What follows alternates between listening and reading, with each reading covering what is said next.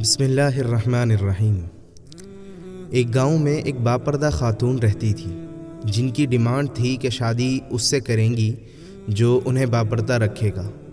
ایک نوجوان اس شرط پر نکاح کے لیے راضی ہو جاتا ہے، دونوں کی شادی ہو جاتی ہے۔ وقت گزرتا رہتا ہے یہاں تک کہ ایک بیٹا ہو جاتا ہے۔ ایک دن شوہر کہتا ہے، میں سارا دن کھیتوں میں کام کرتا ہوں، کھانے کے لیے مجھے گھر آنا پڑتا ہے جس سے وقت کا ضیاع ہوتا ہے، تو مجھے کھانا کھیتوں میں پہنچا دیا کرو۔ بیوی راضی ہو جاتی ہے۔ وقت گزرتے گزرتے ایک اور بیٹا ہو جاتا ہے جس پر شوہر کہتا ہے کہ اب گزارا مشکل ہے، تمہیں میرے ساتھ کھیتوں میں ہاتھ بٹانا پڑے گا۔ یوں وہ باپردگی سے نیم پردے تک پہنچ جاتی ہے اور تیسرے بیٹے کی پیدائش پر اس کا شوہر مکمل بے پردگی تک لے آتا ہے۔ وقت گزرتا رہتا ہے یہاں تک اولاد جوان ہو جاتی ہے۔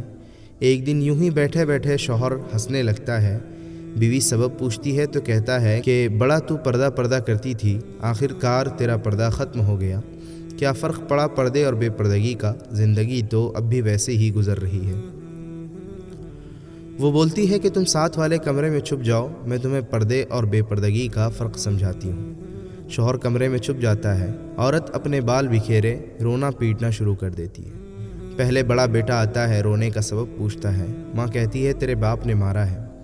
بڑا بیٹا ماں کو سمجھاتا ہے کہ اگر مارا ہے تو کوئی بات نہیں، وہ آپ سے محبت بھی تو کرتے ہیں، آپ کا خیال رکھتے ہیں۔ وہ سمجھا بجھا کر چلا جاتا ہے۔ عورت پھر سے رونے کی ایکٹنگ کرتی ہے اور منجھلے بیٹے کو بلا کر بتاتی ہے کہ تیرے باپ نے مجھے مارا۔ منجھلے بیٹے کو غصہ آتا ہے اور وہ باپ کو برا بھلا کہتے ہوئے ماں کو سمجھا بجھا کر چپ کروا کر چلا جاتا ہے۔ آخر کار عورت یہی ڈرامہ چھوٹے بیٹے کے سامنے کرتی ہے۔ چھوٹا بیٹا تو غصے سے آگ بگولا ہو جاتا ہے اور زور سے گالیاں بکتے ہوئے ڈنڈا اٹھاتا ہے اور کہتا ہے کہ ابھی باپ کی خبر لیتا ہوں۔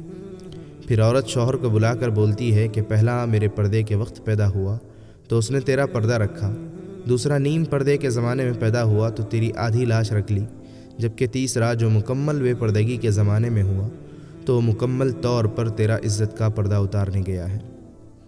پردہ جہاں عورت کا فطری تقاضا ہے جو خالق کائنات کی طرف سے حکم اور قاعدہ بھی ہے، تو وہاں اس کے گہرے اثرات بھی مرتب ہوتے ہیں جس کو ہم آج اپنے معاشرے میں واضح طور پر محسوس کر سکتے ہیں۔